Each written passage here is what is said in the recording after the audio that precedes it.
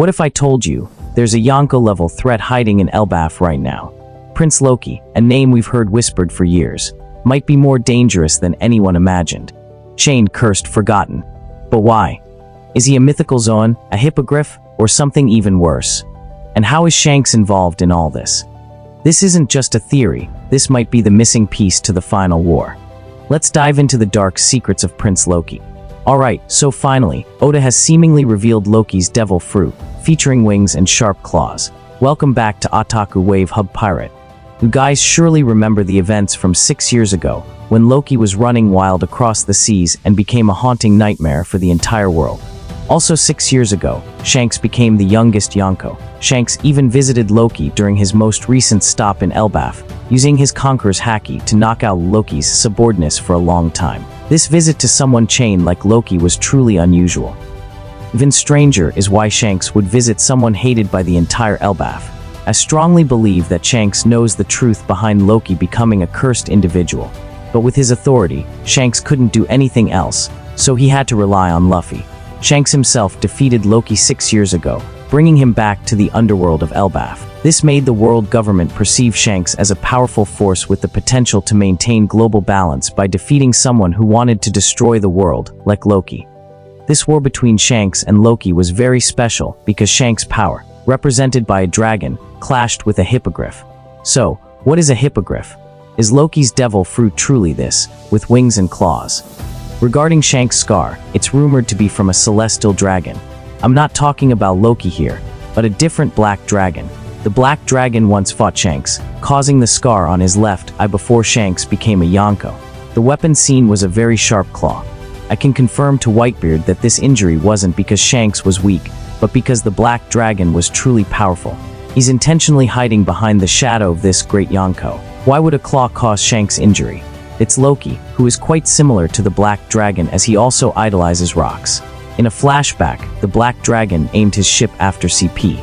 Both of them want to become the king of the world, and both have fought against red-haired Shanks. As for claws, I believe Loki also possesses them. He is a giant and possesses a devil fruit with claws. Let's revisit chapter 1139, when the Straw Hats, led by Luffy, entered Orus Castle to find the key to unchain Loki. On the wall, there were claw marks, specifically with 3 toes, not 4 like most animals we know. The Tori no Mai, Bell's bird-type devil fruit, when transformed into its full form, has 4 claws, but when attacking, it only leaves 3 claw marks, not 4. Animals like tigers and lions have 5 toes and always leave 4 marks on the wall when scratching, not 3. So, how can we be sure these marks belong to Loki and not King Heron, who was also present during the battle 14 years ago? King Heron is called the most powerful warrior in Elbaf, and chapter 1151 confirms that King Heron failed his mission. Through the devil fruit's stench, Imu seemingly spared King Heron to turn him into a demon to destroy Orus Castle along with other giant warriors. The Elder Zoran was also a victim, as King Heron's sword was plunged into his head when he was demonized. When demonized, King Heron's fingers would also become larger and sharper, but the claw marks would still be like human hands, leaving 4 marks on the wall, not 3. And we noticed a hole in the ceiling of the main hall. This is an extremely important piece of data related to the ability to fly. Some individual flew directly through the ceiling to escape, and I believe that was Loki. This leads to the conclusion that Loki can grow wings and fly out. Additionally, he will have claws like a bird.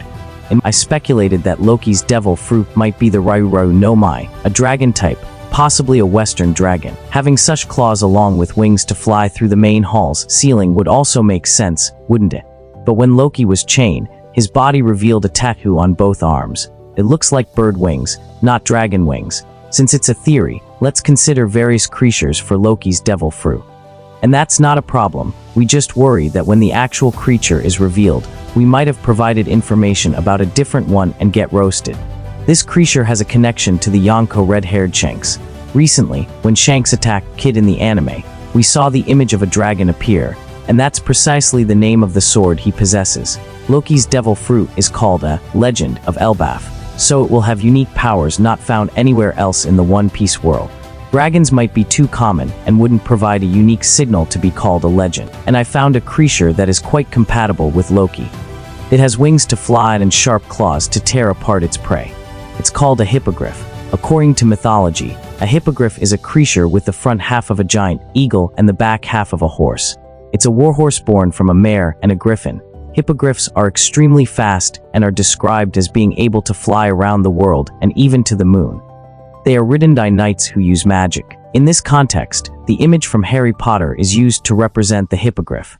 This could also be Loki, but it seems a bit too obvious. Harry Potter is a series about a magical world and the War of Wizards. Coincidentally, when Imu appeared in Elbaf, he summoned a magic book and transformed into a wizard-like character, pulling out a sword and gun to attack the Straw Hats. If you haven't watched Harry Potter, you might not know that creature called Hippogriff also exists in that series. It's an extremely dangerous carnivorous creature until it is deified. Initially, the Hippogriff was also seen chained, quite similar to Loki in One Piece.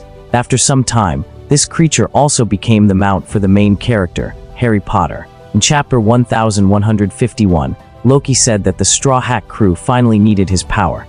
And I believe the power he's referring to is the ability to fly to the surface world faster. Running from the underworld to the surface world of the giant island would take a very long time. Meanwhile, Imu's Conqueror's Haki is being emitted, warning of an extremely critical situation. If they don't get there immediately, they'll be too late. The kidnapped children at the port will be taken to Mincho before they can run up, right? Because the distance there is closer to the port. If Loki transforms, he will certainly be able to bring Luffy's group and the new giant pirate crew to the surface world in an instant. Miro once carried Luffy on his back to rescue Alabasta. Momonosuke also carried Luffy to the top of Onigashima to rescue Wano. And now, Loki carrying Luffy from the underworld to the surface world to rescue Elbaf wouldn't be too surprising. Hippogriff is a pun that also fits the description of Shanks and Blackbeard quite well. The animal representing Blackbeard is a hippopotamus. Hippo is the English name for hippopotamus. As for Shanks, the animal representing him is a lion, or more accurately, a dragon, a female lion, a female eagle. This style of wordplay is very common in many manga pages that I have collected and shared with you guys on the channel. 6 years ago, Loki caused chaos in the outside world with the legendary power of a hippogriff. What could be more terrifying than an ancient giant with superhuman strength and formidable flying ability? Furthermore, Loki seemingly defeated a Yonko, breaking the world's existing balance, just like how the Luffy Alliance defeated Big Mom. Immediately, the Yonko system changed, appointing 2 others to replace those who were removed. Yonko have existed for at least 20 years, a period when Rockudai was still a super rookie who got absolutely clapped by Garp and dared not venture into the whole world anymore. For Shanks to become a Yonko, most people think he must have defeated a Yonko. In this situation, the one who defeated a Yonko 6 years ago could have been Loki. He caused chaos worldwide with the overwhelming power of an ancient giant, troubling the government. Capturing Loki was never easy. Loki was confident that he was strong enough to take on any pirate crew Luffy wanted if Luffy found the key to unlock the Sea Stone chains. According to this data, Loki once defeated an entire Yonko crew from the same era as Whitebeard, Big Mom, and Kaido, which is why he's so arrogant. And Shanks, at that time, to maintain the world's balance, was forced to negotiate with Loki. However, an arrogant person like Loki would never agree to negotiate. Everything had to be resolved through battle. Giants have a rule. In a fierce argument, both individuals will engage in combat based on their warrior instincts. The victor is the one blessed by the god of war, and justice belongs to him. Shanks and Loki had a fierce one-on-one battle. A griffin lion-headed eagle-bodied fighting a hippogriff horse-bodied eagle-headed, and Shanks defeated Loki. He was forced to return to Elbaf as per the agreement, but Loki backtracked and wanted to escape to the surface, so the giant warriors united to chain him in the underworld. Loki once called Shanks a coward, which seems to have a deeper meaning for their fight. Warriors are not enemies but negotiate with each other, or sometimes even become friends. Like Roger and Garp, they were rivals in battles for decades, and eventually, Garp respected Roger as a friend, taking responsibility for caring for his wife and son. Loki saw Samrock similar to Shanks. Samrock also explained his doubts to Shanks. They are twin brothers. Samrock affirmed that even if the Sea Stone chains were unlocked, Loki would not be a match, and it seems Samrock's power level is on par with Shanks. It's very interesting that when Samrock appeared, his name is Clover, and he also uses the beast Cerberus, which has 3 heads. The number 3 is compatible with the number of scars from the claw on Shanks' left eye. Everything seems to have a certain connection with the Yonko red-haired Shanks, the most important character in One Piece, who inspired Luffy to become the Pirate King. Returning to Loki's Devil Fruit name, Hippogriff, his lower half would be a horse. An interesting revelation from the giants shows that horses are also loved and revered in Elbaf. They believe that when Loki was born, a royal lucky warhorse was killed. Loki's appearance causing the death of the horse is called a curse, which is enough to understand that horses are sacred and revered creatures in Elbaf. This strongly supports the theory that one half of Loki is a horse, and the other half has eagle wings and claws, making him a descendant of the griffin. This is my own analysis and theory for Loki's Devil Fruit. It might not be accurate, but it's a suitable perspective based on the provided data. Let's wait and see, guys. Who knows, maybe Loki's Devil Fruit is a dragon. Because it also has wings and claws, right? Let's re-examine this theory, folks. Loki refused to become a holy knight, risking his life being threatened by Gunko and chained to death by Samrock. Clearly, Loki would have died if Luffy and Zoro hadn't removed the sea stone chains in time, treated him, and given him food to recover. Now is the time for Loki to prove that he is worthy of King Heron's trust. Loki seems to be a character crafted by author Oda based on a story called Prince Lindworm. It's a Danish fairy tale published in the 19th century. I'll briefly summarize the story so you can understand it better. The story tells of a queen in a certain kingdom who had no children despite being married for a long time. One day, an old woman appeared and gave the queen a white rose and a red rose, asking the queen to eat any one of them, but absolutely not both. The queen's wish for a child would surely come true. But upon returning, the queen forgot the instruction, ought to eat both. Her intense desire for child made her eat both roses. She then became pregnant and later gave birth to 2 children, one normal and one in the form of a lindworm. Lindworm means serpent, but is also considered a dragon in Norse mythology. It has the form of a giant snake. In some versions, the lindworm also resembles a western dragon, with legs and wings for flying. The 2 children grew up, and it was time for them to find someone to marry. For the normal human prince, it was easy to choose a woman to be his wife, but for the prince in the form of a lindworm, it seemed impossible, so he wanted to marry before his twin brother. And so, Prince Lindworm went looking for a wife, but no girl pleased him, always complaining about his ugly appearance. And that made the prince angry, and he devoured each girl, until a shepherdess appeared, and this girl was taught by the old woman who gave the queen the 2 roses. She was instructed to wear all the dresses she had when meeting Prince Lindworm. The shepherdess then challenged the prince by saying that every time she took off a dress, he also had to shed a layer of his skin to accept her as his wife. Finally, the prince shed his monstrous skin, revealing the form of a handsome prince, and from then on, they became husband and wife. This story seems quite normal. It doesn't seem to have much to do with Prince Loki in One Piece. But when I connected the data, I realized the storyline is quite linked. First, Loki is one of 2 princes of Elbaf, perhaps not twins, but both are loved by King Heron as worthy heirs. The ugly form of Lindworm is also similar to how someone put a story on Prince Loki to turn him into the infinitely ugly cursed prince. Next, Lindworm went looking for a wife, and Loki did the same. After many women, Loki couldn't find anyone suitable for him. He expressed his love for Lola, Big Mom's daughter, but she refused him, while Lola had sought many other men to persuade them to be her husband and still refused. Loki understood his fate, meaning Loki has not found a woman who truly loves and understands him, someone who will use her love to break the curse that has clung to Loki for the past 6 years. It is no coincidence that author Oda arranged for Gabin to be the Minister of Love. It seems the author wants someone to use their love for Loki to make him a hero. And it's unclear who Misako, Loki's conversational partner, is, but I have a feeling this character will make Loki change his coldness to become a sincere person, as Misako commented. If this connection holds, Loki will eventually find someone who truly loves him, someone he can marry and live with until the end of his life. Who that is, you'll have to guess. As mentioned, Lindworm appears in many different mythologies. Some say it's a giant snake, but others write its form as a dragon with wings and legs, just like a Western dragon. Don't jump to conclusions yet. Consider this the first piece of data to convince us that Loki is related to dragon. The next piece of data I want you to consider is Big Mom's power connection to Loki. 63 years ago, Big Mom was an abandoned child in Elbaf. She caused chaos on the giant island and killed Elder Joran. What made the giants resent Big Mom was not because she killed Joran, but because a giant witnessed Big Mom eating Caramel and other children at her birthday party. Caramel was considered a saint who helped the giant warriors escape the great execution and was praised for bringing friendship between humans and giants. Big Mom killed Caramel, which made them resent her and want to destroy her through blood vengeance. According to Gaba, the giant warriors have repeatedly clashed with Big Mom. The shield as she possesses is also from the Koro power Big Mom created. Elbaf is afraid of fire, so they do not allow Big Mom to set foot on the giant island, which led her to acquire Prometheus, an extremely powerful fire homie. At the same time, they also fear Zeus because he is the controller of homies with lightning power.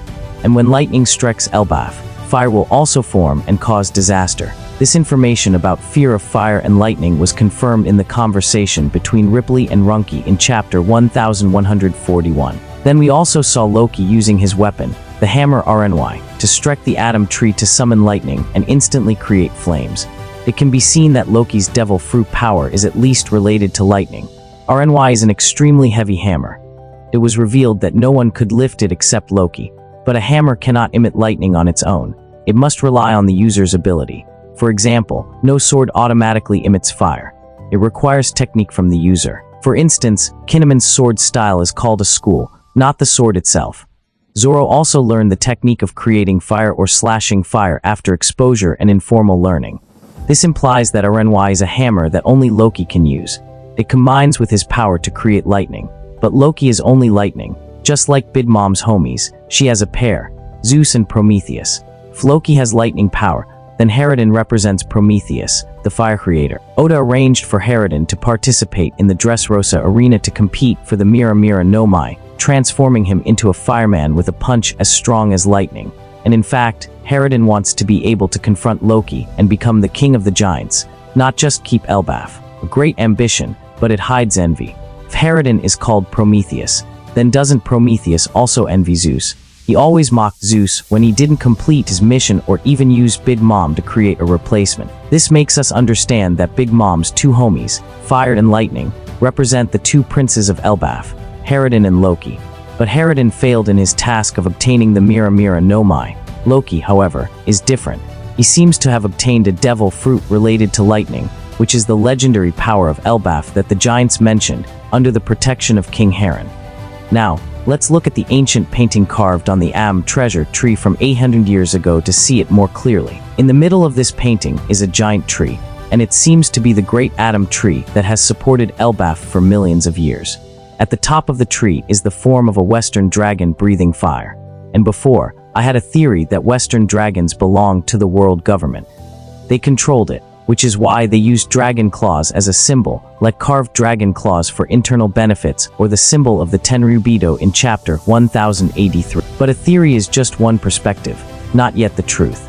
Dragons are a symbol of power, so the kings who founded the world government in the Void Century might have wanted to use them to elevate their authority, reaching the highest social class of the celestial dragons. After carefully reviewing the data, especially when the giants called the Devil Fruit Loki wants to possess, the legend of Elbaf, combined with the data of the dragon on top of the Atom Tree, it makes me believe that this Devil Fruit is indeed a Western dragon.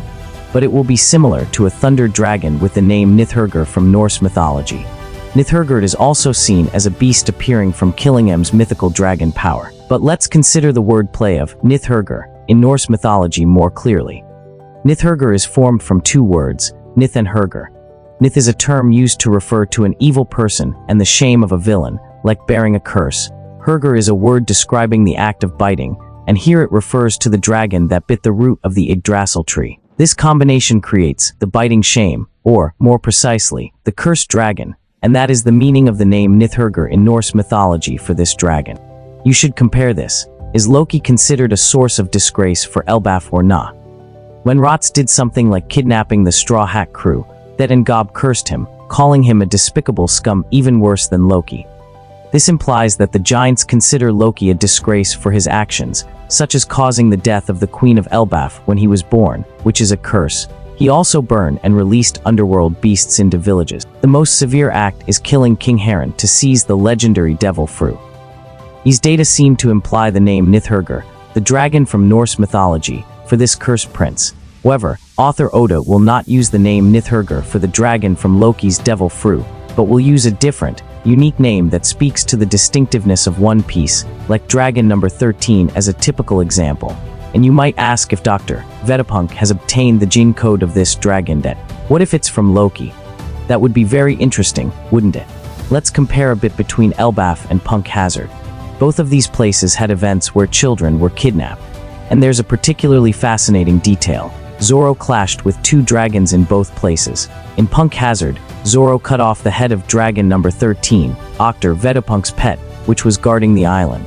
It's a creature with enormous power and scales as hard as steel. In Elbaf, Zoro also kicked the dragon Loki in the underworld. This is also someone guarding Elbaf, but his devil fruit power hasn't been revealed yet. Besides, do you see any other similarities between dragon number 13 and Loki? It's the tongue that is always sticking out. And it seems to be a characteristic retained from Loki when Vegapunk conducted his research. As seen, Vegapunk is a famous scientist with outstanding intelligence and cloning achievements. He used Kaido's genes to extract and create the artificial Zoan Devil Fruit, the Asian dragon, which Momonosuke ate. This devil fruit helped Momonosuke transform into an adult dragon with a shape identical to Yonko Kaido, even in its coolness. Why don't we consider the situation where Vegapunk also obtained dragon gene codes from someone to conduct research, just as he did with Kaido? Instead of creating a devil fruit, he restored a Western dragon. Of course, according to this theory, dragon number 13 was cloned from Loki's genes, and this includes some previous and later dragons, such as dragon number 21. So, do you really believe that Loki is a purple dragon, based on his color scheme? Did Loki transform into a dragon in chapter 1150? That. So, what do you guys think? Is Loki the mythical Zoan Hippogriff we thought, or is he actually the cursed Western dragon, Nithurger?